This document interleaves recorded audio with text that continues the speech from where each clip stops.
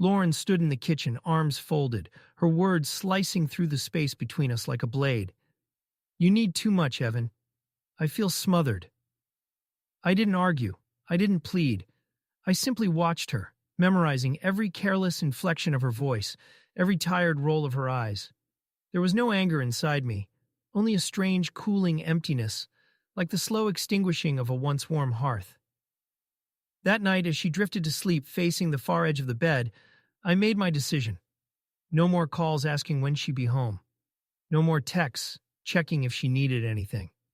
No more quiet gestures of affection to be labeled clingy. I stopped needing altogether. The days stretched out, silent and wide. I woke before she did, left for work without saying goodbye, came home late and slipped into bed without a word. When she texted something perfunctory, "Need anything from the store?" I left it unanswered. When she laughed too loudly over FaceTime with friends, I slipped away to another room. When she came back from her nights out smelling of perfume and freedom, I greeted her only with a nod. At first, Lauren didn't seem to notice. She celebrated her newfound space, filling her calendar with brunches, late-night drinks, shopping sprees. Social media sparkled with her laughter and carefully filtered photos. She looked radiant, vibrant, as if she'd finally shed a heavy weight. But freedom, when untethered from love, has a short half-life. A week passed. Then another. The texts slowed. The nights out ended earlier. The smiles grew thinner, more strained, captured by no one but the dim light of her phone screen. I became a ghost in our own home, a shadow that asked for nothing, offered nothing, expected nothing. She had wanted distance. I was giving her an ocean. 31 days later, at precisely 3:42 in the afternoon, a knock sounded against our front door. No arguments, no warnings. Just a polite man in a gray suit handing her a single envelope, heavy with signatures and silence. Divorce papers.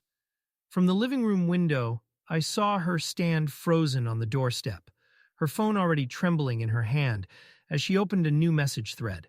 My name at the top. "Can we talk?" it said. 2 minutes. 2 minutes between the collapse of her certainty and her desperate plea to undo it. I smiled faintly, my heart untouched. And I left her message unread. Lauren didn't notice the silence immediately. At first, she mistook it for peace.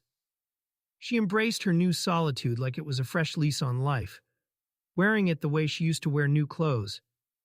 Excitedly, thoughtlessly. In the early days after I withdrew, she filled her world with noise to cover the hollow spaces. There were impromptu brunches with old friends, photo shoots with wine glasses raised high, endless streams of smiling selfies posted for a public she barely knew. Nights that once ended quietly with both of us reading in bed were replaced by chaotic evenings out. She returned home, laughing, chattering on the phone, tossing her heels into corners like she lived alone. The house, once ours, now felt like a rental property, where two strangers occasionally crossed paths. She would breeze past me, telling stories about new people, new places, new plans. As if my silence was a broken appliance she intended to replace rather than fix. I offered nothing back. No jealousy, no questions, no desperate grasping. Only nods, polite and disinterested, as if she were recounting the weather forecast instead of her life. But it wasn't long before the cracks appeared. The first sign was subtle. Her laughter became slightly louder, more forced, dragging on a moment too long. She spent longer staring into her phone after posting a photo, refreshing, searching for likes that didn't arrive fast enough. Conversations with her friends, once vibrant, began to wane. Plans were canceled. Excuses became routine. Busy with work, they'd say. Maybe another night, they'd offer. Lauren's nights out grew shorter. Her returns home grew quieter. She stopped announcing her entrances, stopped blasting music from her phone as she got ready.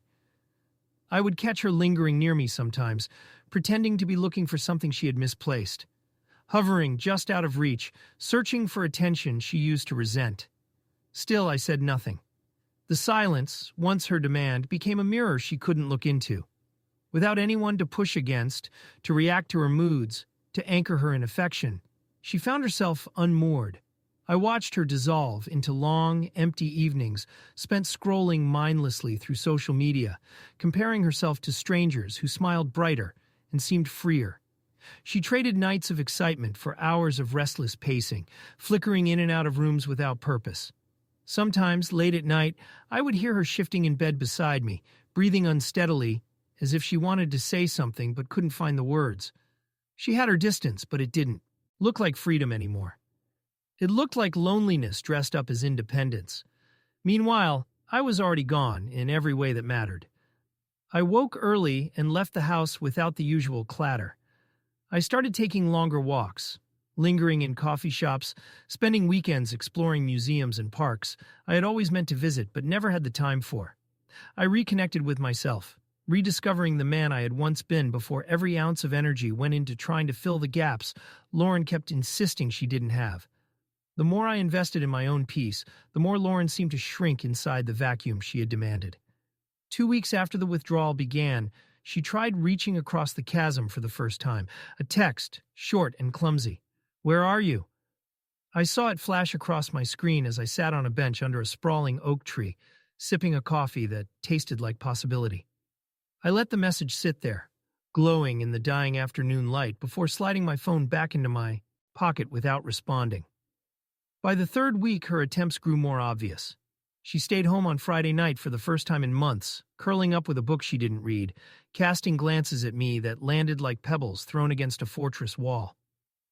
She started making small talk again, testing the waters with idle questions about my day, my schedule, my plans. She even made my favorite dinner one evening, the scent of roasted garlic and rosemary filling the house like a memory she couldn't quite revive. But I had already learned the final, most important lesson. Love demanded, love minimized, love labeled as clinginess was no love worth saving. I accepted her offerings with a polite smile and a nod, no different than if a neighbor had dropped off a pie. Lauren wasn't ready to admit it yet, but she was already standing in the wreckage of her own making, surrounded by the pieces of a life she had shattered in the name of a freedom she didn't know how to hold. All I had to do was stay silent and let the realization seep in.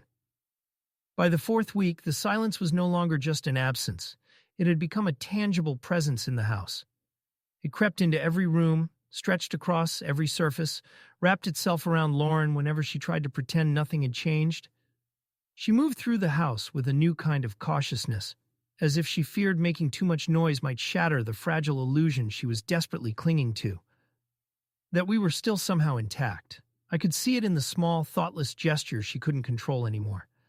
The way her hand hovered over her phone before setting it back down with a frustrated sigh. The way she paused in the hallway when she heard me talking on the phone with a friend, laughing easily, a sound she hadn't heard directed at her in a long time. She began to fold into herself, her usual bright chatter muted to shallow murmurs. She spent hours online, not posting now, but simply scrolling, searching for something unnamed, something that might anchor her before she drifted entirely into the silence she had summoned. She no longer celebrated her freedom.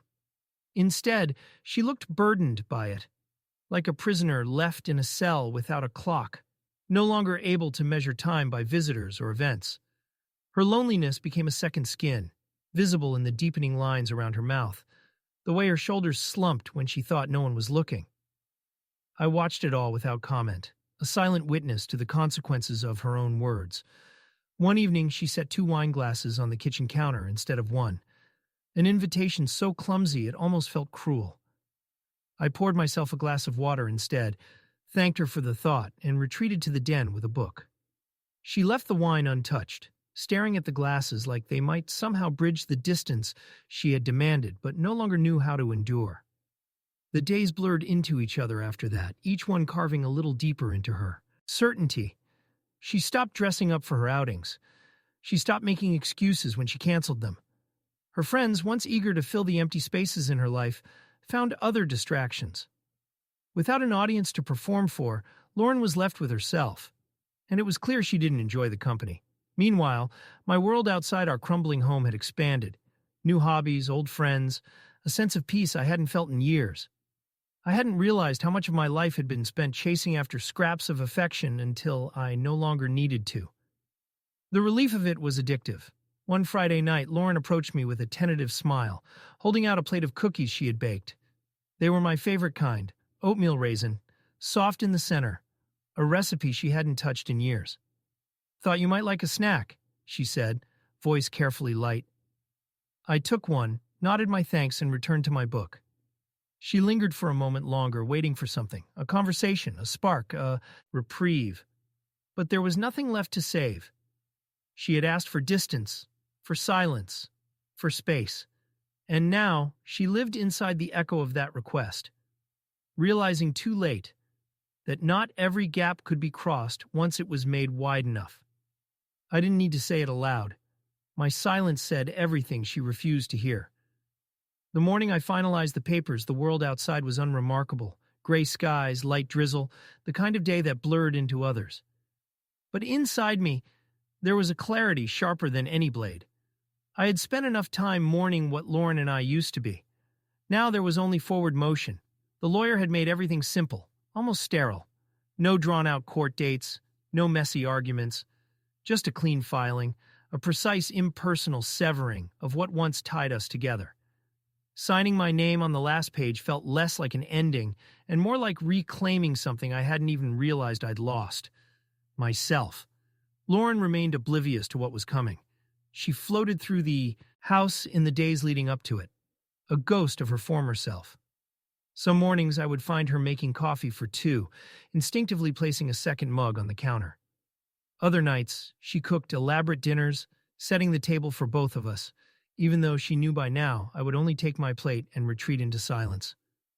She was trying, in her way. But the trying was a desperate patchwork, an attempt to resurrect what her own words had murdered. On the day the server arrived, I made sure I wasn't home. I didn't want to see her face when the knock came.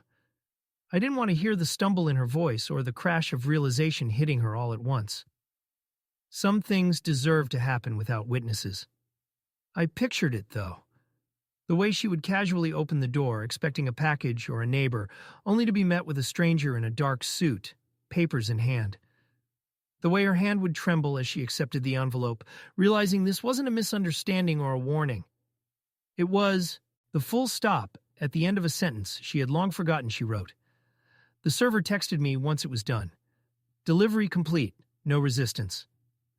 I didn't need any more details. I imagined her standing there, barefoot on the cold floor, envelope in hand, heart pounding as she tore it open. No note, no explanation. Just signatures, mine and hers, already finalized. Her freedom, notarized. 2 minutes later, my phone buzzed. It was her. "Can we talk?" The words glowed against the dark background of the screen, tiny, pitiful. A lifetime ago, I would have answered immediately.